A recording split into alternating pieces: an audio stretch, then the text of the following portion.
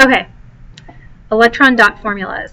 Electron dot formulas are also known as Lewis dot structures or Lewis formulas, Lewis structures, and that's how we visually represent an element symbol with its valence electrons. They're written as dots around the symbol, okay? They're pretty easy and straightforward to do. If we're looking at student exercise 13, where I ask you to do the electron dot formulas for silicon and xenon, silicon is in group 4A, so it should have 4 dots or 4 valence electrons around it, and I put 1 on each side, okay? You can have a maximum of 2 dots on each side, top, bottom, left, and right. If I'm doing xenon, xenon is in group 8A, that means it has 8 valence electrons. That is why I put 8 dots around it, okay? Now, when you're looking at the homework, there are a couple of clarifications that I have to make if we're doing Lewis structures of ions, because when we get into the chapter where we're strictly doing Lewis dot structures, it gets a little bit more complicated. So I want to just sort of explain it to you now.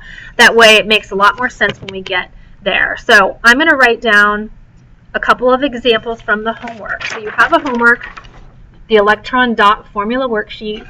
We're going to do number 2, which is BA plus 2. BA plus 2, the plus 2 really means I lost 2 electrons. Here I am losing my 2 valence electrons. Okay. Now, barium is in group 2A, so I'm just going to make a note. So typically it would have 2 dots on it for its 2 valence electrons, but since we lost 2, technically this is a metal, okay? So you want to make a note. Barium is a metal. The metals are on the left-hand side of the periodic table. They're to the left of the stair step, remember? When metals lose their valence electrons, they tend to reveal the 8 valence electrons that they have underneath. That's why they like to lose electrons. That's why you'll notice most metals on the periodic table have positive charges. So what I want you to do when you are drawing the electron dot formulas of metals that have charges, when they lose all of those valence electrons, what you're going to do is simply put the symbol in a bracket and put the charge in the upper right hand corner, and that is all.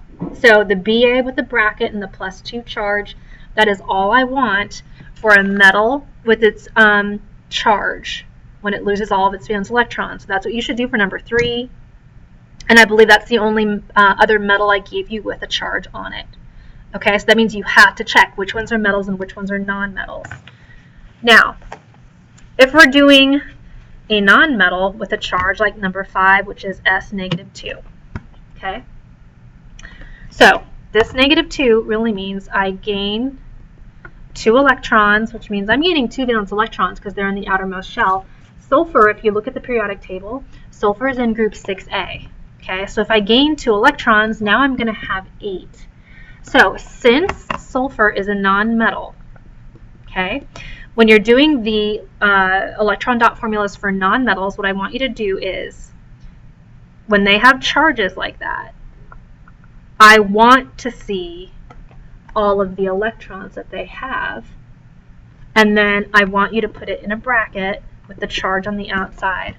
So that would be the proper electron dot formula for a non-metal that gained electrons, okay? Okay, I believe you only have this one, and then you have number 7, which is P negative 3, and then you have number 8, which is F negative 1. So this is how I want those done. Alrighty? Okay, and I believe that is it. So have fun on the homework. Oh, ask me if you have any questions, but you should be fine.